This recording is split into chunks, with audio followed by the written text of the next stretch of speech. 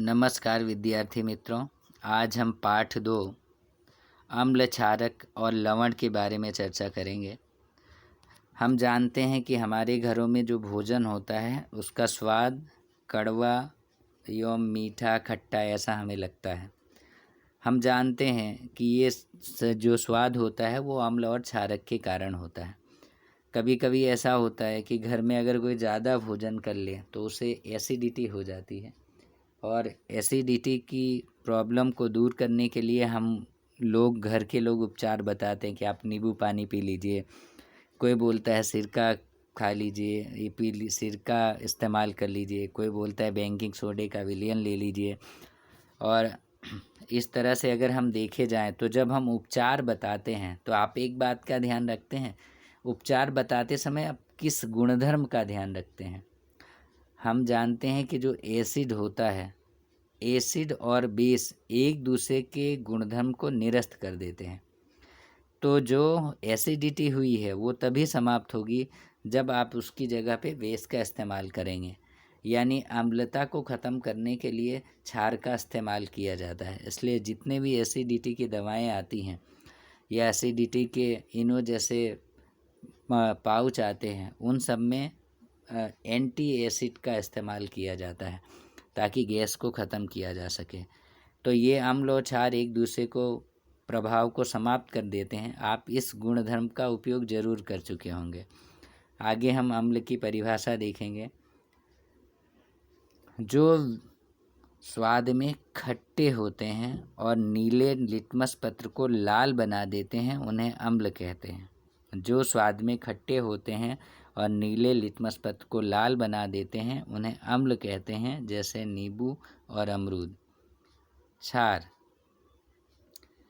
जो स्वाद में कसैले होते हैं और लाल लिटमस को नीला बना देते हैं।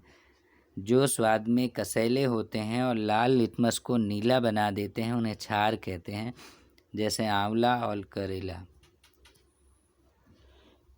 आगे हम एक एक्सपेरिमेंट देखेंगे। यहाँ पे हम देख रहे हैं these are blue and red litmus paper, और ये ब्लू और रेड लिटमस पेपर है।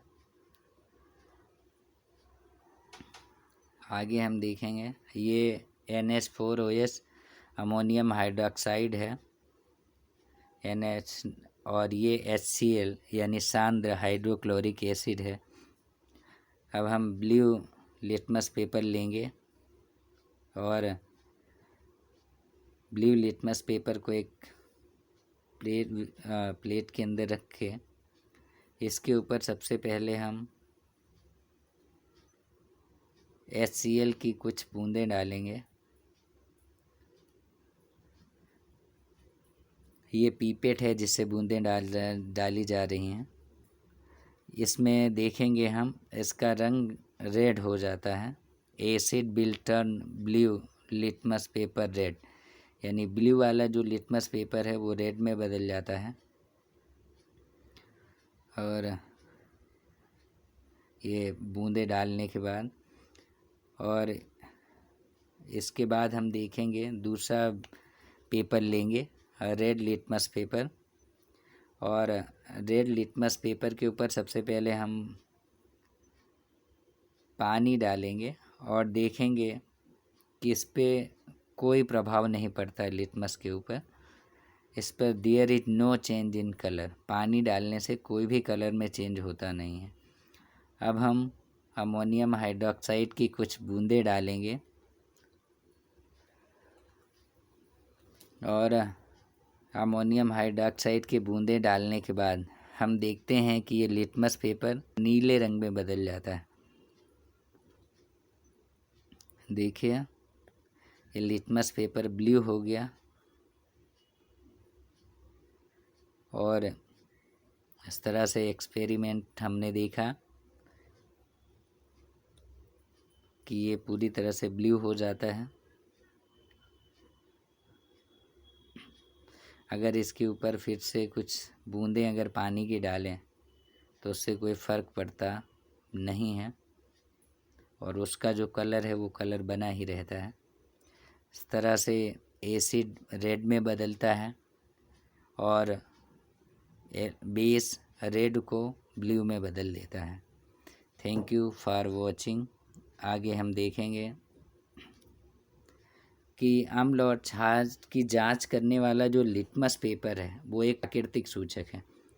हमने अपने घरों में हल्दी देखी होगी, हल्दी भी एक प्राकृतिक सूचक है।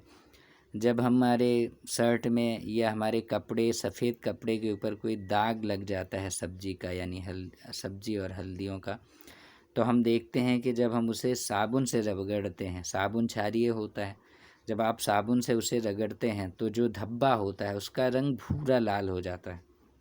और अगर उसे आप ज़्यादा पानी से धुल लें तो धब्बे का रंग पीला हो जाता है। ये प्राकृतिक सूचक होते हैं जो हमें दिखाई पड़ते हैं।